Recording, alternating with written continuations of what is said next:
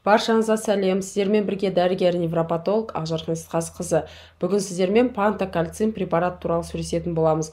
Бұл қандай дәрі, қандай аурулар кезінде тағайындалады, пайдасы бар ма, жоқ па, балаларға беруге бола ма, болмай ма, сол туралы толық ақпарат алатын боласыздар. Видеоның соңына дейін көріңіздер.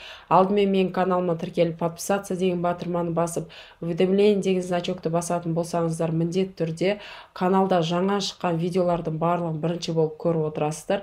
Сондықтан подписка жасауды ұмытпаңыздар. Ал біз бастаймыз.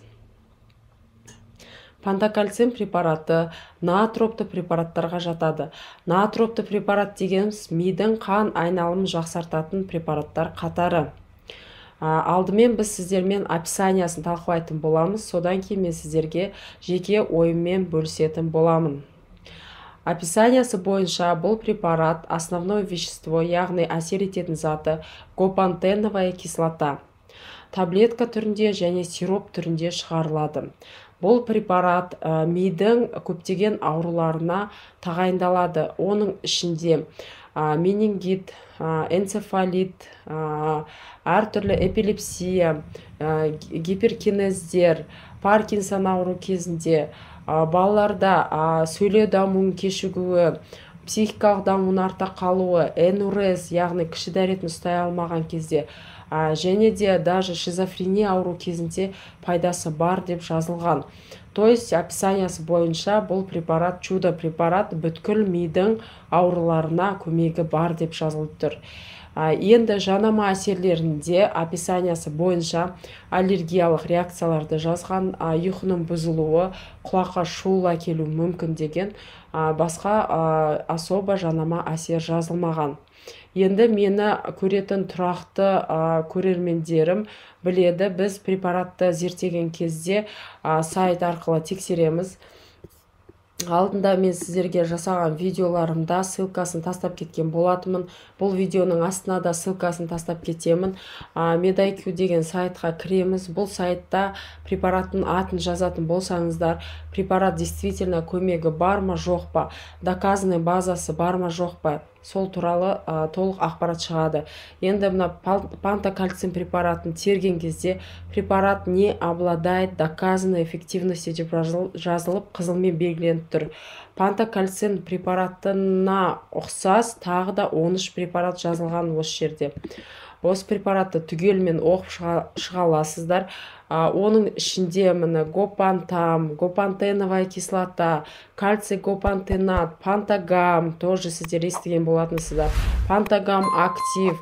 То есть мына жерде көптеген препараттар, 13 препарат. Өздеріңіз оқып шықсаңыздар болады. Бұлардың ешқайсында доказанный база жоқ. То есть әсер ешқандай бермейді, пайдасы жоқ. Енді тағы екінші сайт тастап кетем, ссылкасын гопантеновая кислота деп Википедияға теретін болсаңыздар, сіздер білесіздер, российский сайт. Бұл жерде осы гопантеновая кислота туралы әртүрлі мәліметтер жазылған. Зерттеулер жасаған кезде бұл препарат әртүрлі ауыр асқынулар, даже өліммен аяқталған кездер болған. Сіздерге примерно оқып берейін.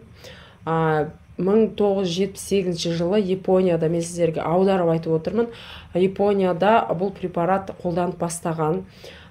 Сол кезде 10-12 жыл шамасында бұл препаратта ауыр жанама әсерлер байқаған болар. Даже бұл кезде өліммен даже аяқталған кездер болған. Және әртүрлі энцефалопатиялар, яғни мидың әртүрлі ауруларын шақырған. Мына жерде оқып беретін болсам, өте көп уақытты алады. Сіздерге ссылкасын тастап кетем, өздеріңіз толық оқып шықсаңыздар болады.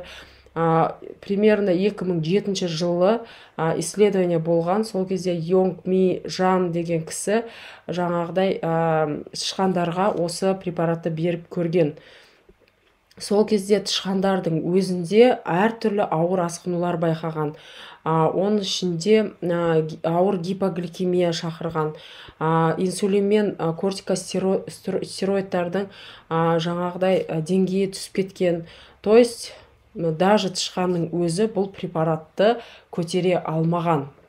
Ал енді сұрақ, егер бұл препарат ешқандай көмегі болмаса, то есть эффекті жоқ болатын болса, және де ауыр асқынулар әкелетін болса, біз не үшін балаларымызға бұл препаратты беруіміз керек? Зерттелмеген, дәлелденбеген препарат. То есть менің өзімнің жеке ойым, бұл препаратты біз балаларға беруге болмайды. Бұл препарат ешқандай дүние жүзі бойынша, мына жерде сол жерде жазылып тұр, эффективность и безопасность деп.